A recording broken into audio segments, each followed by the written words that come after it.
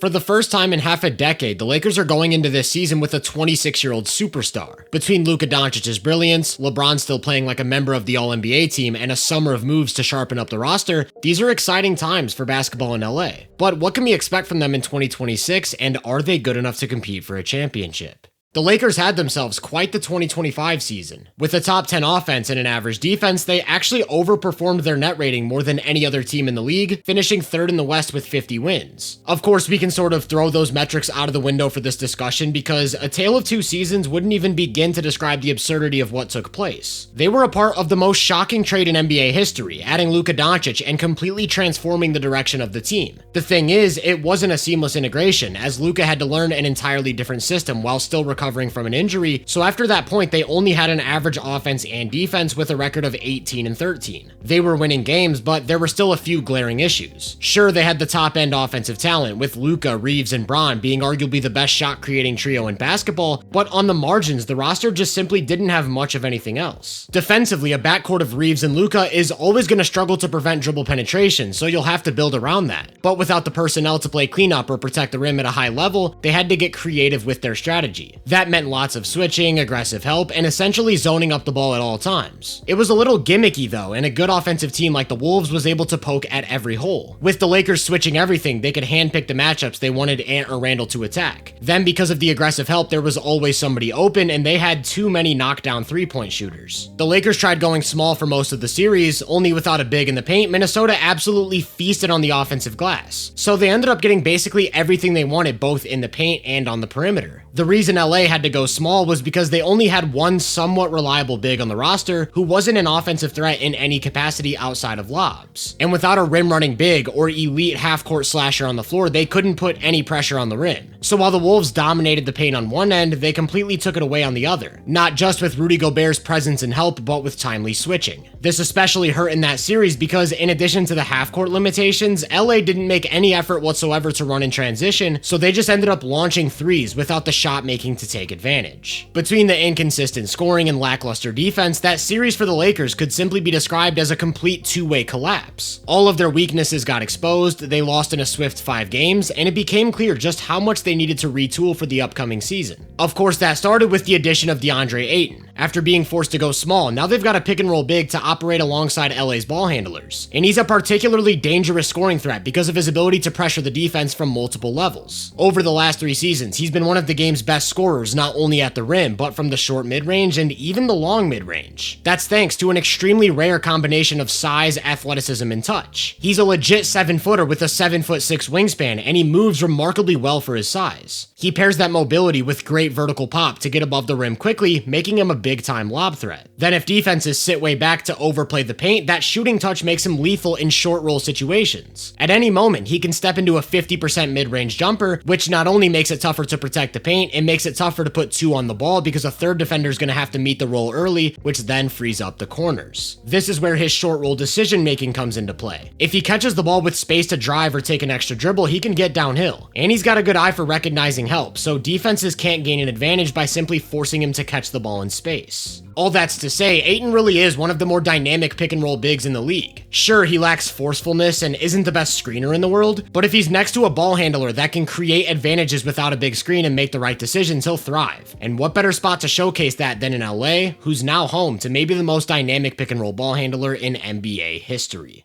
Before we get into that, I want to give a huge shout out to Factor for sponsoring this video because this 31-day series wouldn't be possible without them. Between the time it takes to research each team and produce these videos while balancing my personal life, I just don't have time to cook for myself. With Factor, in just a matter of 2 minutes, I can get a fully prepared meal on the table without worrying about preparation, cooking, or cleaning up. Just simply unbox, heat it up, and enjoy. The meals are fresh, never frozen, and there's a ton of variety. Recently, they've doubled the size of their menu to 80+ rotating weekly meals, so whether you're craving a steak, a chicken breast, a calorie smart or vegan option, Factor's got you covered. For me personally, it's bulk season, so I've been loving their Protein Plus options. And eating clean has never been easier for me since signing up for Factor, which is why I'm super excited to bring you guys a special offer. Head to factor75.com or click the link below and use code HoopVenueFB50 to get 50% off plus free breakfast for a year. You heard that right, that's code HoopVenueFB50 at factor75.com to get 50% off plus free breakfast for a year. When it comes to spread pick and roll, there's nobody who can pick apart a defense quite like Luka. That starts with his own scoring threat. In the last 3 seasons, no player's attempted more off the dribble threes, and he's hit them at a respectable 36% clip. So when he's coming off a screen, defenses have to find a way to run him off the line. Then he's got the size, handle, and use of pace to get wherever he wants inside the arc. From there, his touch and shot-making ability allow him to absolutely torch defenses in every way imaginable. The result is a 3-level scoring machine. Like I said, it starts with the pull-up three-point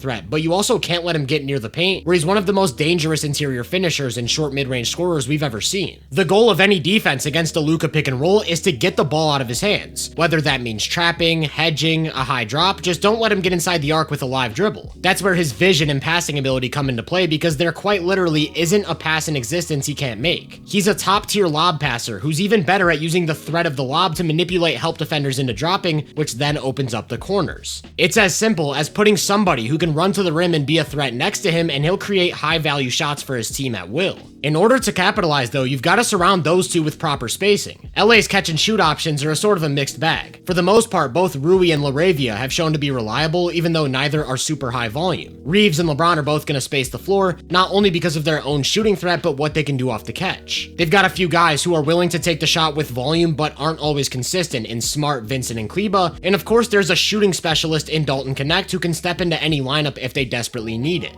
Overall, I do think the Lakers have the resources to space the floor at a high level. And it's not like these lineups are one-dimensional. I haven't even talked about how LeBron's still more than capable of creating himself, whether that's out of pick and roll, in transition, or by attacking mismatches in the post. The same goes for Reeves. He's a very skilled pick and roll ball handler who can score in a number of ways and create for others. Both can be used in a variety of ways off the ball as well, such as LeBron's ability to operate like a pick and roll big. There's so much versatility within the offense, and the ceiling is all going to come down to what version of Luka they get. As he struggled with injuries, weight, and just naturally aged, his ability to beat defenders off the dribble without a screen has slowly tapered off. For years, you could chalk him down as getting 4.5 to 5 shots at the rim every 75 possessions, with a peak in 2020 at almost 7. But these last 2 seasons have been the lowest volume interior scoring years of his career, only attempting about 3.5 shots at the rim. That's had a direct impact on his isolation scoring. Over the years, he developed into an all-time great isolation scorer, and while he's still incredible, it's slightly less efficient than a few years ago. The reason I think this is a notable difference is because during this time, he's vastly improved his 3-point and mid-range shots, so with the same sort of rim pressure, he'd be on an even higher level. That brings me back to LA's offensive issues against the Wolves. They switched on most screens, and he couldn't get around defenders consistently, which is why the offense lacked rim pressure. Because he's such an incredible shot maker, he still produced an efficient 30 in that series, but the rest of the offense wasn't quite as involved. Over the summer, we all saw the weight loss campaign. It looks like Luka slimmed down. He's moving a bit lighter on his feet. Not only should that help him get some of that rim pressure back, it'll help him stay healthy. And if he's able to pair the young driving game with his current shot making and overall mastery, we could be on the verge of a peak Luka. If that's the case, I think LA could have the best offense in the NBA or very close to it.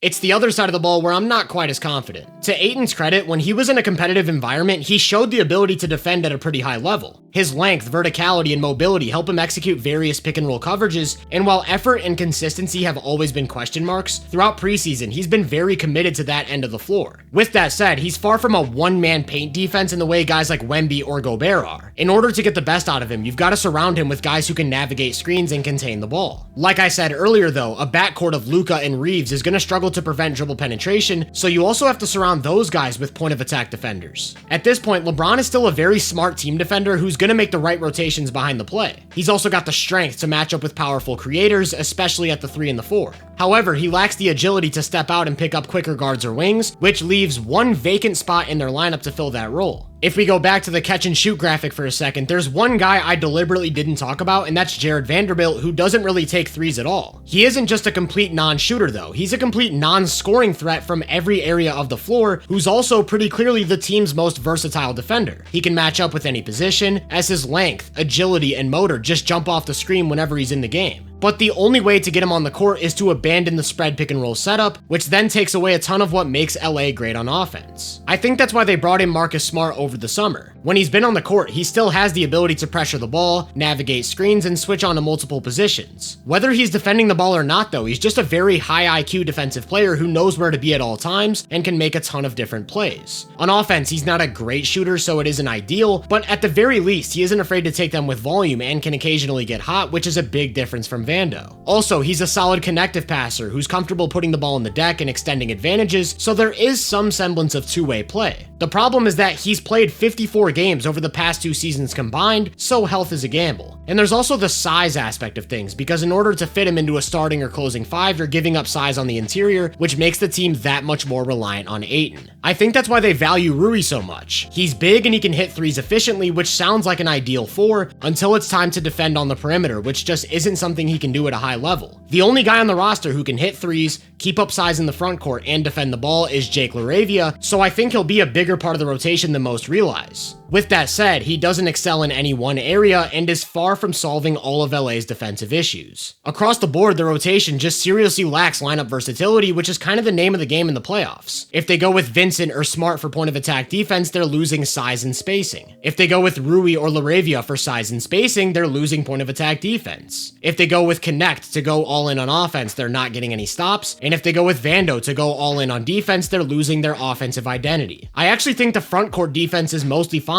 Ayton and Hayes is a solid 5-man rotation, while they have the flexibility to go small if needed with Bron, Rui, Vando, or LaRavia. It's just that of their core 4, not a single one of them is a plus on-ball defender. So it would take a Draymond Green type defensive player to make it work deep in the playoffs. For that reason, I wouldn't be surprised if they end up closing a lot of games without Reeves. Obviously, his offense is a huge boost, but if you can get Smart and LaRavia in the lineup, all of a sudden we're looking at a much better two-way balance. Either way, the roster is just limited because of the tough lineup choices. The offense checks almost every box, and if they go all in like the Suns did back in the 2000s, they might even be able to beat most teams by simply outgunning them. They just simply don't have the ability to field out strong two-way lineups in the way other contenders can. Along with LeBron's injury to start the season, I think they'll be in play for 50 wins, but I wouldn't bet on it. And come playoff time, I don't really see a pathway to the finals with how stacked the top of the Western Conference is. It's not like this year is championship or bust though. Luka already signed his extension and is under contract until 2030, where he'll still only be 30 years old. So these next few years are all about filling out the roster around him. I think they already started moving in the right direction with the Ayton, LaRavia, and Smart signings. Who knows what a championship core in LA looks like though, and whether it involves LeBron or Reeves. What we do know is they've got an all-time great offensive engine in the heart of his prime, and we're about to enter a new era of Lakers basketball.